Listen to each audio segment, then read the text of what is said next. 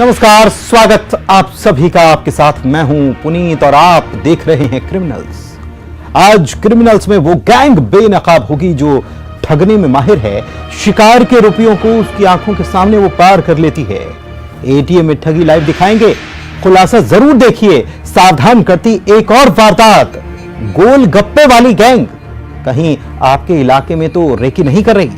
कैसे 3 राज्यों की पुलिस के लिए सिर दर्द बन गया ये गिरोह, ये भी बताएंगे। कैरेक्टर पर सवाल, कमेंट और कत्ल की रोंगटे खड़े कर देने वाली वारदात होगी और साथ ही होगा 15 दिन की गुमशुदगी। वो मिला 2 गज जमीन के नीचे।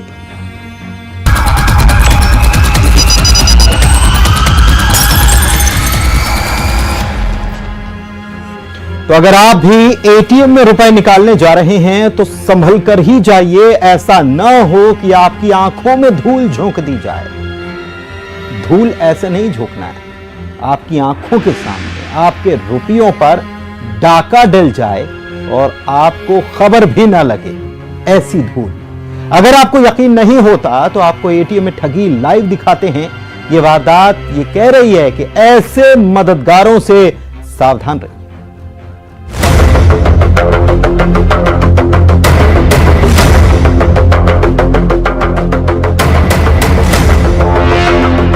हम उसको हेल्प चलने के बहाने से उसका कार्ड हम ले लिए हाथ में, एक कार्ड हम अपने रख लेते। हमें अपना वाला उसको दे दिए, मतलब मशीन में डाल दिए, उसका वाला हम ले लिए। जो आदमी निकालने नहीं आता था उसको हम गोवा का आदमी को निकाल ठगी करते थे।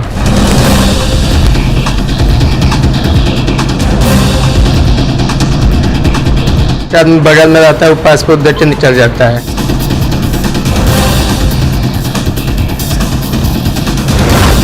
एटीएम में जरा संभल कर।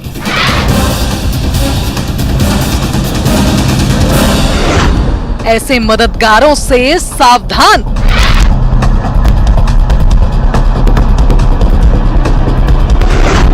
कहीं गिरोह के निशाने पर आप तो नहीं।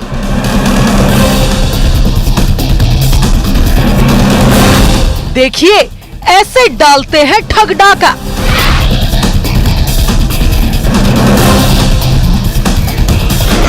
आज ठग बोलेगा, अपना राज खोलेगा।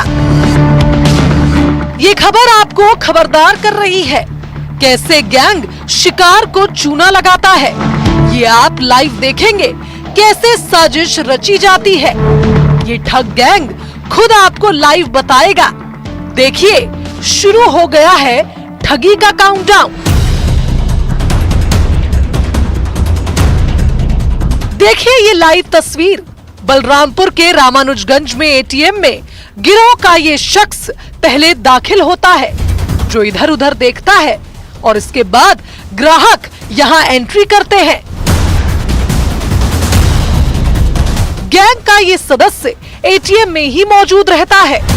अब दूसरी कस्टमर ये महिला आती है, जिसे ये ठग और इसका साथी बातों में उलझाते हैं।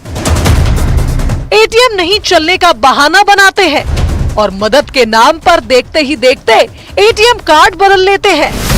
ये वो ठग गैंग है जिसमें गिरोह का एक सदस्य पासवर्ड देखता है, दूसरा कार्ड बदलता है।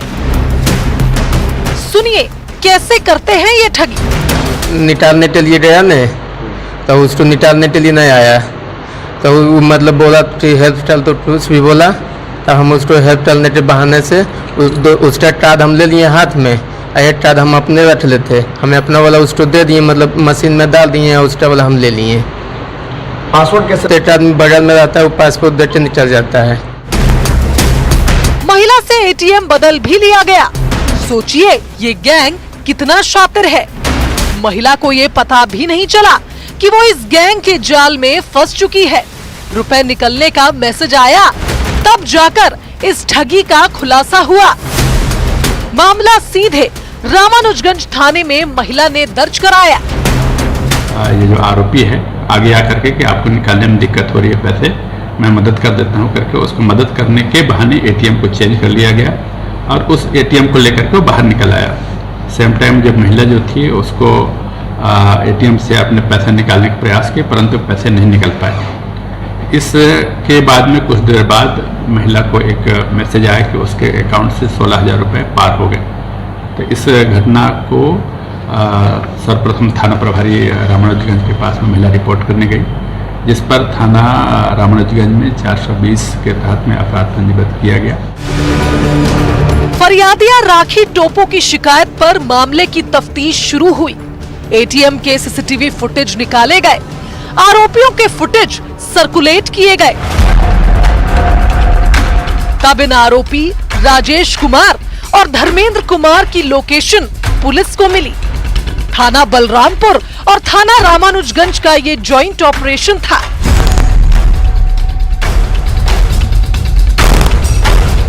कार से ये आरोपी गिरफ्तार हुए। कार में 5 आरोपी हिरासत में लिया गया और उससे पूछताछ की गई। उन आरोपियों के द्वारा इस पूरे घटनाक्रम को किया जाना स्वीकार किया गया। साथ ही साथ इनके द्वारा पूछताछ किए जाने पर एक घटनाक्रम रामानुजगंज के अतिरिक्त थाना राजपुर थाना क्षेत्र में घटना कारित किया जाना बताया गया, जिसमें 5,000 रुपये एक दूसरे व्यक्ति के एटीएम से निकालना बताया गया। बिहार और झारखंड के रहने वाले इन आरोपियों के पास कई बैंक के एटीएम कार्ड थे। गिरोह एटीएम की रेकी करता और शिकार को ऐसे फंसाता था। इसमें पूछताछ पर यह भी पाया गया है कि इसमें जो राजेश कुमार पिता रामगुरह प्रसाद है, ये पूर्व में भी बलरामपुर और अंबिकापुर सरगुजा जिले के विभिन्न थानों में 9 अपराधों में गिरफ्तार किया गया है और वो अभी अप्रैल में ही उसके गिरफ्तारी से छूटने के बाद में दूसरा अटेम्प्ट किया गया था। तो आप भी जब एटीएम में पैसे निकालने जाएं, तो जरा होशियार रहिए। बलरामपुर से सूरज गुप्ता के साथ bureau report, news 18 Madhya Pradesh Chhattisgarh. Farm house से एक शख्स अचानक से लापता हो गया। 15 दिन से उसकी तलाश की जा रही थी। जिस शख्स का राज कैद था फार्म हाउस से लगे हुए खेत में, उसका पता था 2 गज जमीन के नीचे। देखिए रिपोर्ट।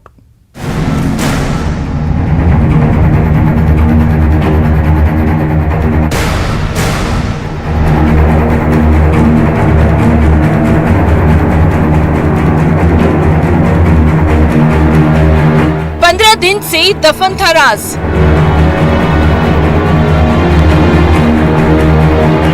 एक रहस्यमयी गुमशुदगी। वो कैसे फार्म हाउस से हुआ लापता?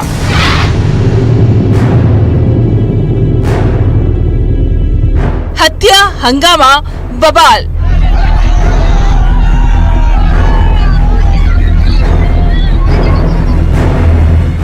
दो गज जमीन के नीचे। तारीख 21 जून और तारीख 7 जुलाई। पिछले 15 दिन से 46 साल के प्रशांत पटेल की गुमशुदगी का राज पुलिस वाले खंगाल रहे थे। पिछले 15 दिन से परिवार वाले भी इस मिस्ट्री का राज जानना चाहते थे। 15 दिन बाद राज तो खुला और जब राज खुला तो मचा हंगामा, बवाल। गुस्साए लोगों ने किया प्रदर्शन।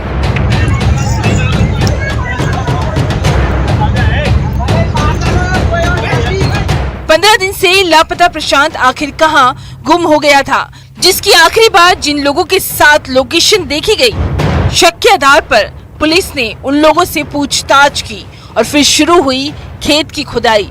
जिस खेत में लाश को गाड़ा गया था, ये लाश थी प्रशांत पटेल की, जो अपने फार्म हाउस से गायब हुआ था।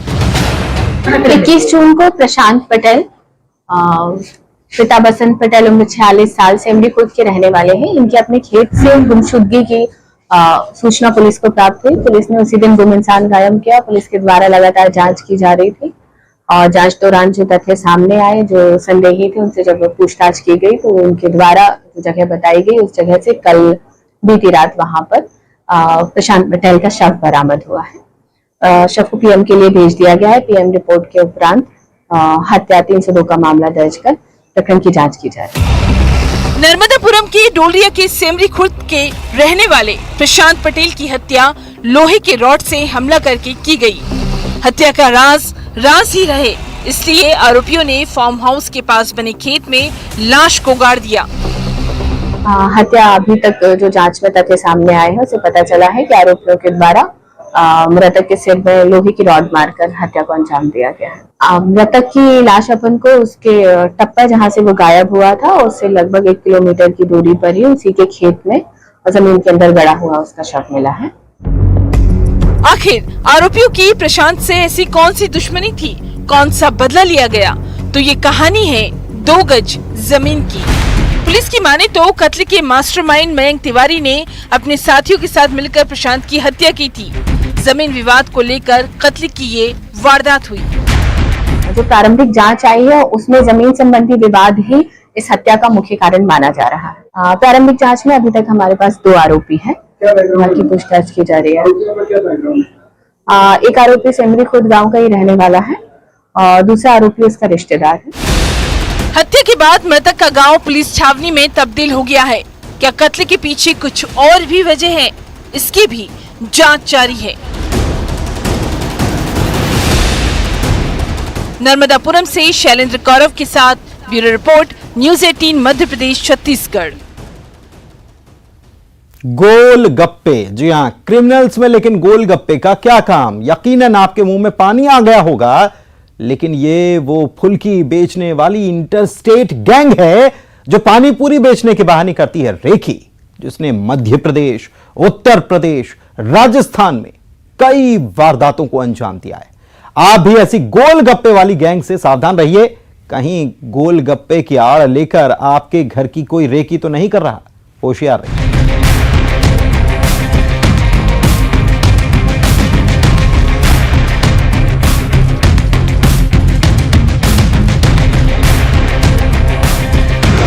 ये लॉक खोलने में माहिर, शटर तोड़ने में महारत हासिल, मासूमों से जान लेते राज, पानी पूरी बेचने के बहाने करते हैं रेकी।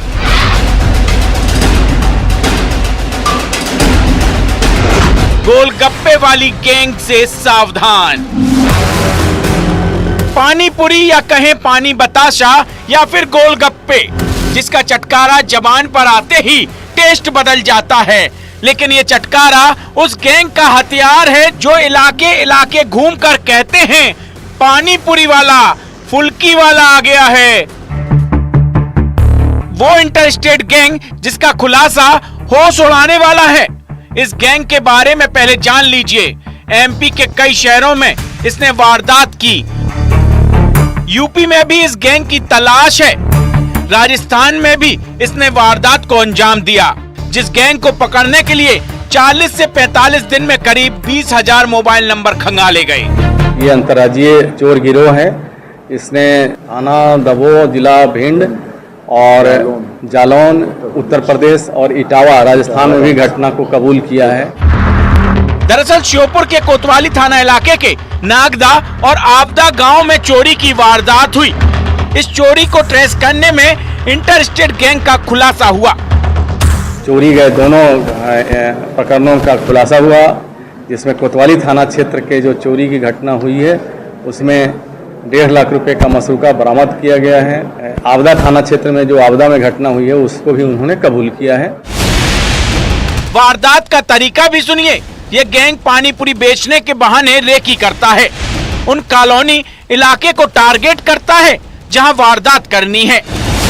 बस पानी पूरी की दुकान लगती है और वहां आने वाले बच्चों से वो बातों में उलझाकर राज जान लेते हैं।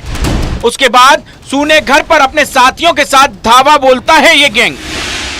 ये आरोपीगण छोटे खान और जाहिद खान जो यहीं शिवपुर में रहकर पानी पूरी बेचते थे, तो ये जो भिंड जिले से जो उन्होंने गैंग बुलाई, तो ये पानी पूरी लेकर के और गली गली मोहल्ले मोहल्ले ये रैकी करते थे। रैकी करने के बाद इन्होंने गैंग बुला करके ये घटना को अंजाम दिया है।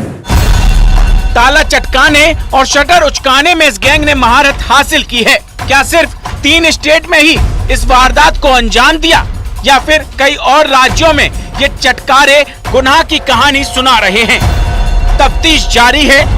तो आप भी ऐसी पानी पूरी वाली गैंग से जरा सावधान रहिए। श्योपुर से दीपक दंडोतिया के साथ bureau report, news 18 Madhya Pradesh, Chhattisgarh. चलिए अब तीसरी आंख से देखिए गुनाह की गवाही लाइव। 6 बदमाश जिनके निशाने पर थे 2 सगे भाई। वो बदमाश अपने शिकार का इंतजार कर रहे थे। दोनों सगे भाई खाना खाकर होटल से लौट रहे थे और फिर उस इलाके में सुनाई दी ठाएं ठाएं।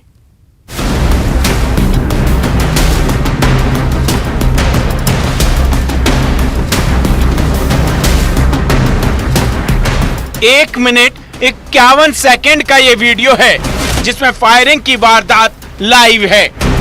फरियादियों की दहशत की ये तस्वीर भी लाइव है। मुरैना के कोतवाली थाना इलाके के गांधी कॉलोनी में ये वारदात हुई।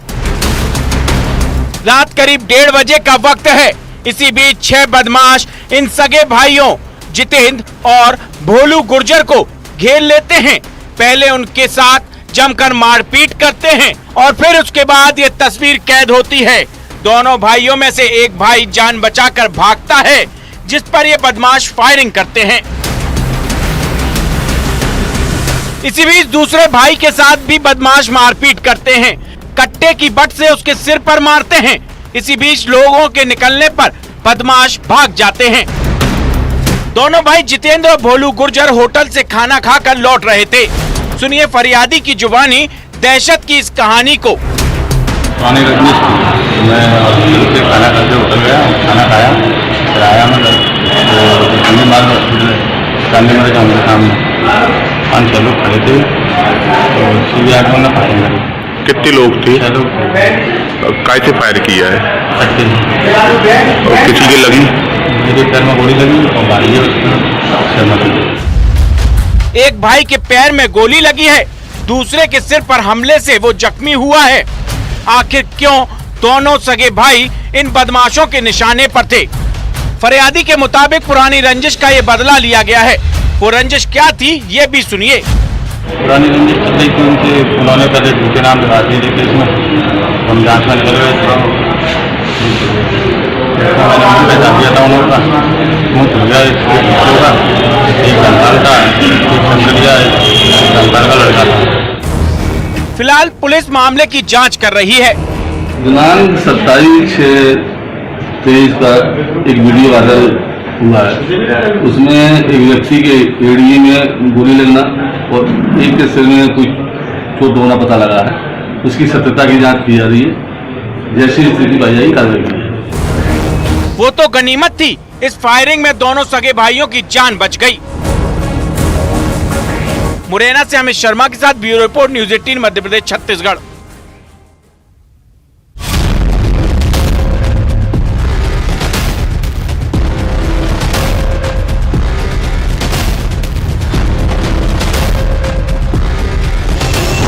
कत्ल की धमकी, वो रिपोर्ट लिखाने गए, मिली उसकी लाश। गले में लोहे के रॉड से वार।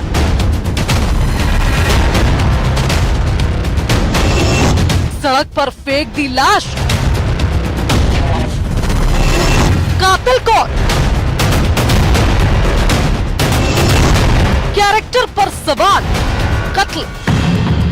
कत्ल की ये वारदात दिल दहलाने वाली है, रोंगटे खड़े करने वाली भी। सड़क पर एक लाश को फेंक दिया गया। कत्ल भी जिस तरीके से किया गया वो इंतकाम की कहानी को बयां कर रहा है। मृतक के गले में लोहे के रॉड से हमला ही नहीं किया गया, बल्कि हमला ऐसा था कि लोहे की रॉड गले में फंसकर रह गई। सूरजपुर के नरेशपुर में आखिर इस हैवानियत बर्बरता के पीछे किसका हाथ है? अब जरा इस थाने की तस्वीर देखिए, जहां मृतक की बेटी पिता की हत्या के बाद बदहवास हो गई है। कोतवाली थाना इलाके में मृतक सुखलाल का परिवार रिपोर्ट दर्ज कराने पहुंचा था, लेकिन रिपोर्ट दर्ज कराने से पहले ही खबर आई कि तुम्हारे पिता सुखलाल की लाश सड़क पर पड़ी है। उनका कत्ल कर दिया गया है।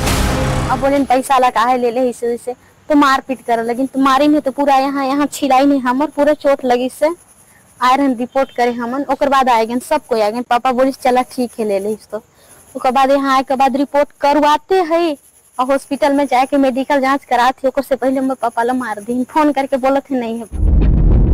कत्ल से पहले क्या हुआ उसे जानना जरूरी है, जिसका कनेक्शन कत्ल की वारदात से है। दरअसल सुखलाल के परिवार वालों का आरोप है कि सुखलाल के साथ मारपीट की गई थी, जान से मारने की धमकी भी दी गई और इस बात की रिपोर्ट लिखवाने परिवार वाले थाने आए, लेकिन करीब इसी वक्त सुखलाल का कत्ल कर दिया गया। कत्ल का इल्जाम लगा पड़ोसी महिला और उसके बच्चों पर।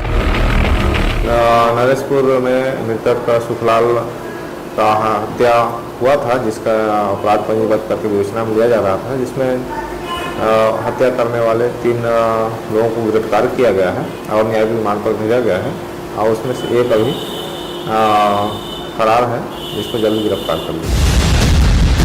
दरअसल आरोपिया के पति का देहांत हो चुका है, वो अपने बच्चों के साथ रहती है। आरोपी महिला जिसने अपना जुर्म कबूल किया, पुलिस की माने तो मृतक का आरोपी के घर आना जाना था, जिसने कुछ ऐसा कहा कि आरोपिया आग बबूला हो गई, जिसने महिला के कैरेक्टर पर सवाल उठाया था। मामला 2 मृतक और आरोपीगण पड़ोसी हैं और जब पुरानी जान पहचान है, एक दूसरे घर आना जाना था, उसमें आरोपिया के ऊपर उसका चारित्रिक लांछन लगाया गया था, जिसके कारण कि विवाद हुआ और उसी बात पर से उसमें